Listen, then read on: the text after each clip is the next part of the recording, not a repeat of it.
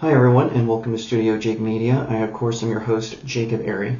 Thank you so much for joining me today, and I want to just welcome you. This is my vidcast where I talk about so many things pop culture, from anime to television to novels to music, video games sometimes, but also movies.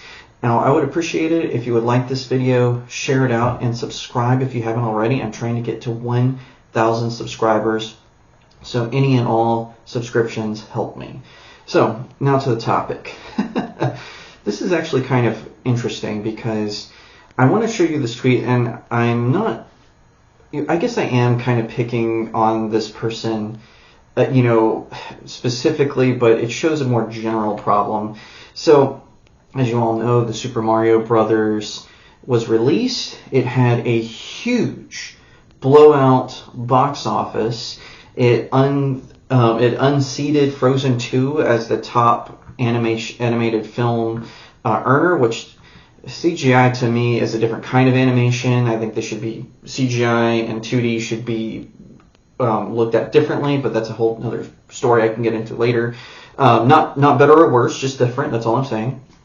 And with this came as kind of a surprise, not to people like me, not to people who are fans of the Super Mario Brothers, not to people who just, exist in the normal world, but to the elite critic base. Now, I'm not going to review the Super Mario Brothers here. You can go to my website. My review of Super Mario Brothers will be up soon. When it's up, I'll post the link in the pinned comment. So, anyway, I'm not going to review the movie.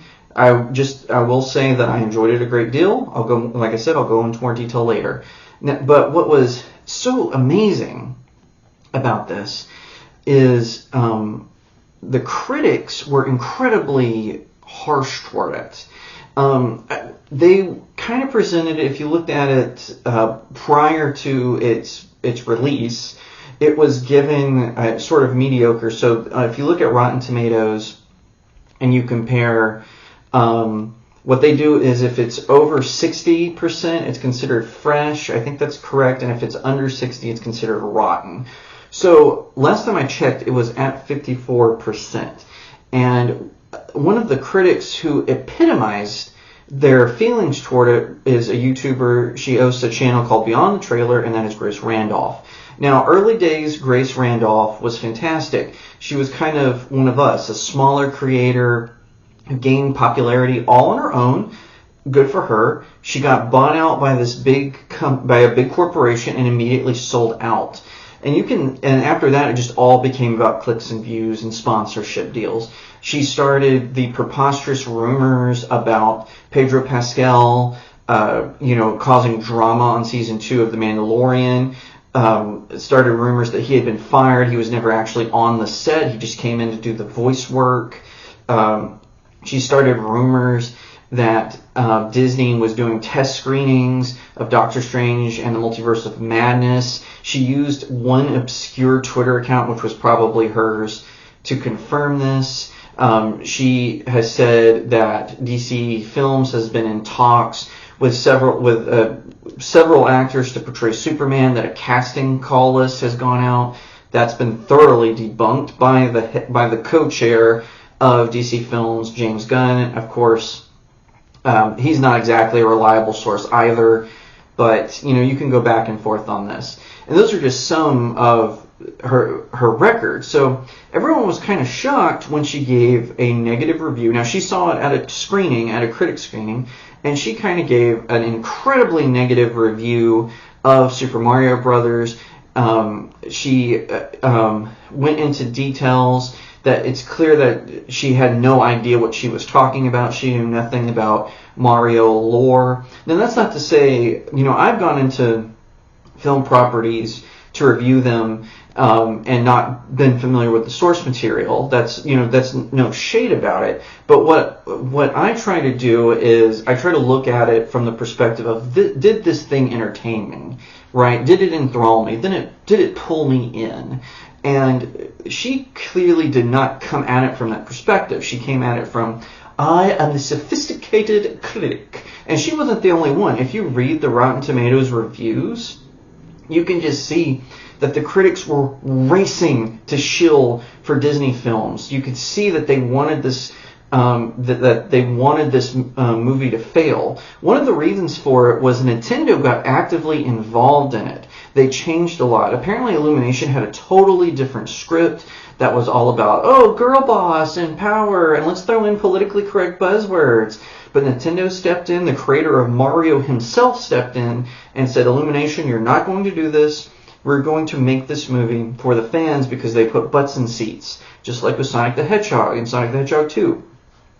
And you can just see the copium that these critics are taking now that this movie has become this global box office hit. Now, Grace Randolph, in a follow-up video, tried to explain this away. She tried to gaslight her viewers and everything, and she kept trying to say, oh, this is part of the conservative culture war.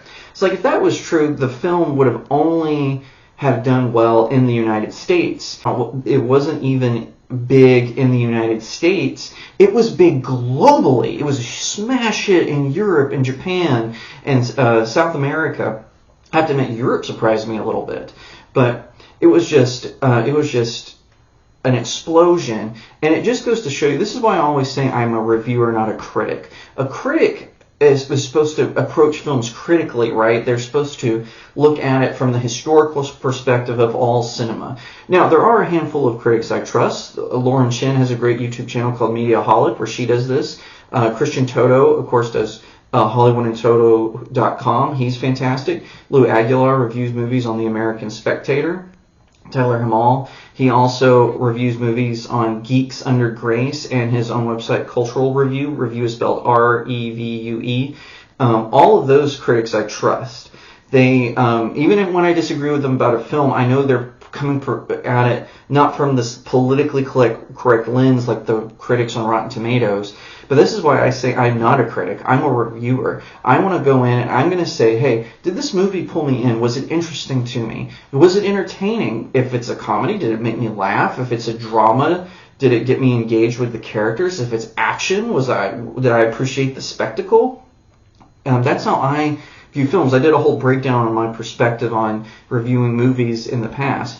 But now you can just see just how seething these critics are, that the masses just aren't bowing down to their perspective, that they would give reviews to really terrible movies and then they would always bomb. We saw this multiple times with Pixar movies, with Disney movies, companies that have gone all in, Netflix films, where they just dive in and they double down on political correctness, and they just are failing. But when a movie gives the fans what they want, so like Sonic the Hedgehog, I use that as an example, the Super Mario Brothers, the first Avengers film, the Dark Knight trilogy, fans will reward it.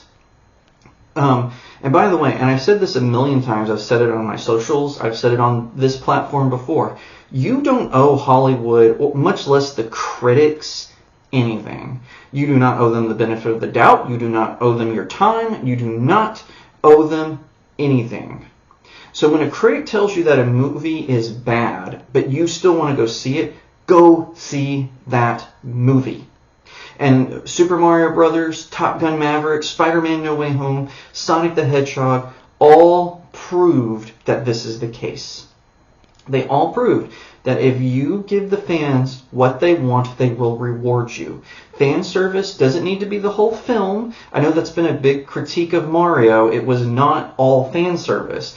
And it was not. It just wasn't. Same with Spider-Man No Way Home. Same with the Dark Knight trilogy. They kept the core of those characters and they expanded upon them into a cinematic world. And that's how these video game adaptions, that's how these television adaptions of popular IPs need to be. And that's something that Grace Randolph has forgotten. She used to know it. That's something that the mainstream critics, all these people at the Chicago Tribune or the New York Times or the Washington Post or, RogerEbert.com, whatever it is, that is something they have all forgotten. That what puts butts in seats is an appeal to the audience. Not, hey, get right over here and watch this film because we said it was good. That's never going to work. Reject that notion and sit back and relax and enjoy the movie that you want to. Thank you so much for watching this video. I hope that you'll give it a thumbs up, that you'll leave me a comment and tell me what you think, that you'll share it out with your friends, and of course, consider subscribing to StudioJake. I cover all kinds of nerd and pop culture topics, including film, television, anime, comic books, and so much more. I hope that you'll also head over to my main website, StudioJakeMedia.com, where I have even more news, views, and commentary. Also, if you'd like to support the channel, head over to my locals page. That's studiojakemedia.locals.com. It's the best way to support me. I'm trying to build a little community there. I have exclusive reviews and articles, so definitely head over there and check it out. And I'll see you next time, right here on Studio Jake.